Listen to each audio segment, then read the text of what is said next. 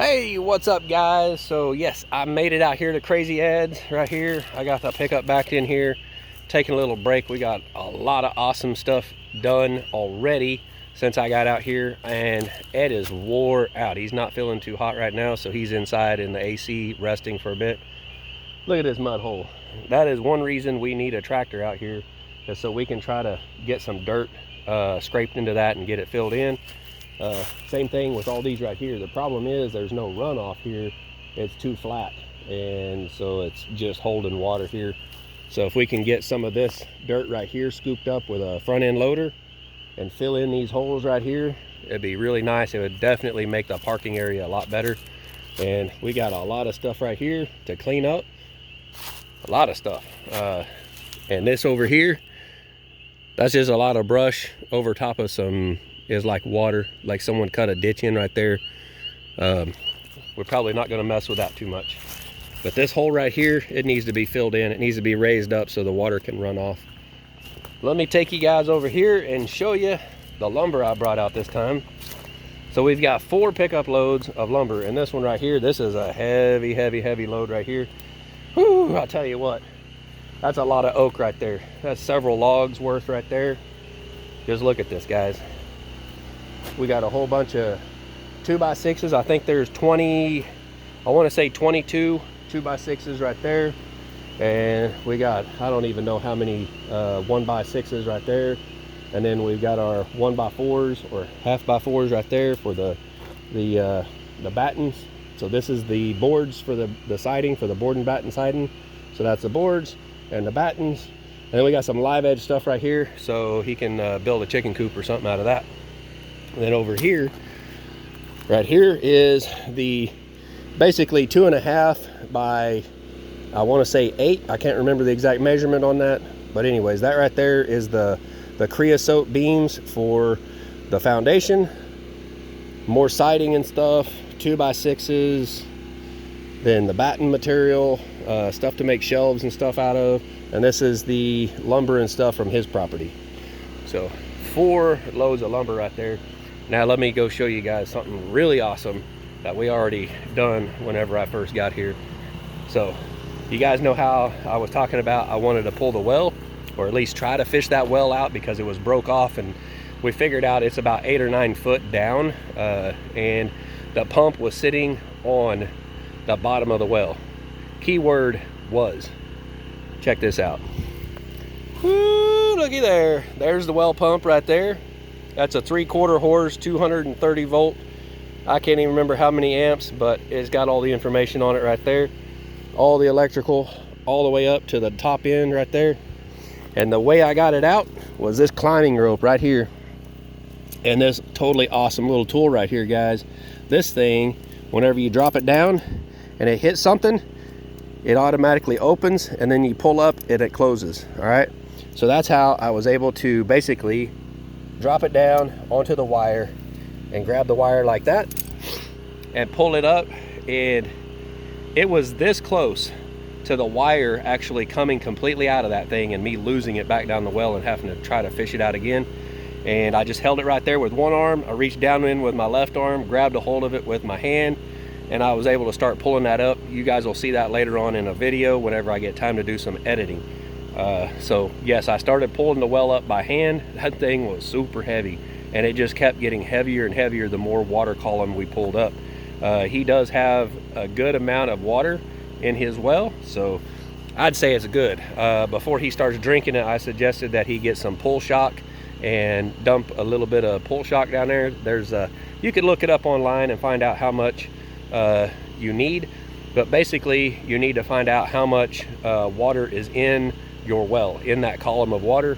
So basically you got to find out how deep the water is, how deep the well is, and how deep the water is, and the diameter of the casing. You figure out how many gallons are in that, and then you go by a certain ratio as to how much pull shock you put in there, and that'll kill all the bacteria and stuff in that well, at least for a little while.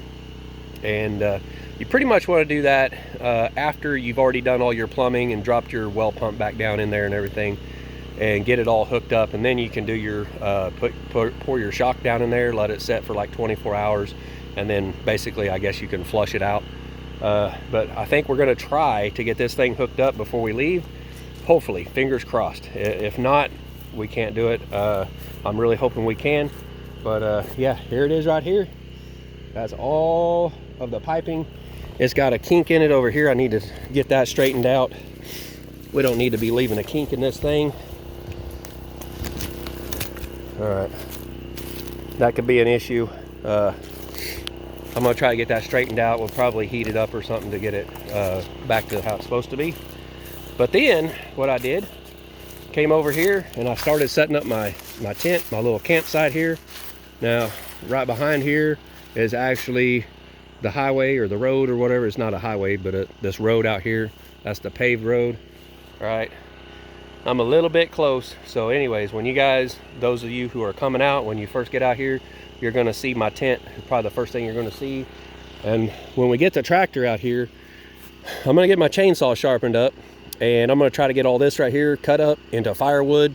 And we're gonna try to get all the briars and everything cleaned out here so we can kind of set up camp in this general area.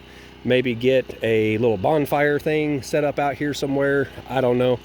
He's already got a little bit of a fire pit over there in that concrete area. I don't like the idea of tripping over the concrete and stuff late at night or whatever. But we'll figure it out. Anyways, this is what it looks like out here. Look at all these beautiful, nice sized cedars out here. That's really nice. I wouldn't be cutting those down because that gives you a little bit of, you know, cover between the road and where he's going to have his cabin. The cabin is going to be right here in this general area. Pretty much, I can't remember how close to the concrete over here, but it's going to be in this area. It's going to start pretty much right here where I cut this stump off. Right here is the back end of this the cabin is going to be over top of this stump right here, and then the front porch is going to be up there not too far away from that well. So he'll have his well right there pretty close to him. He's got power right here, so he'll basically be able to run power down in the ground and over and back up into the cabin. So hopefully, fingers crossed, we'll be able to get power in this thing before too long. Hopefully everything works out. You know, we've had a lot of people say that they're going to do this or that, but some of them have fell through. You know, the 2 tractors aren't going to be able to come out. We think we still might have a tractor coming. I've had to try to pull a little bit of strings and stuff on trying to get that done.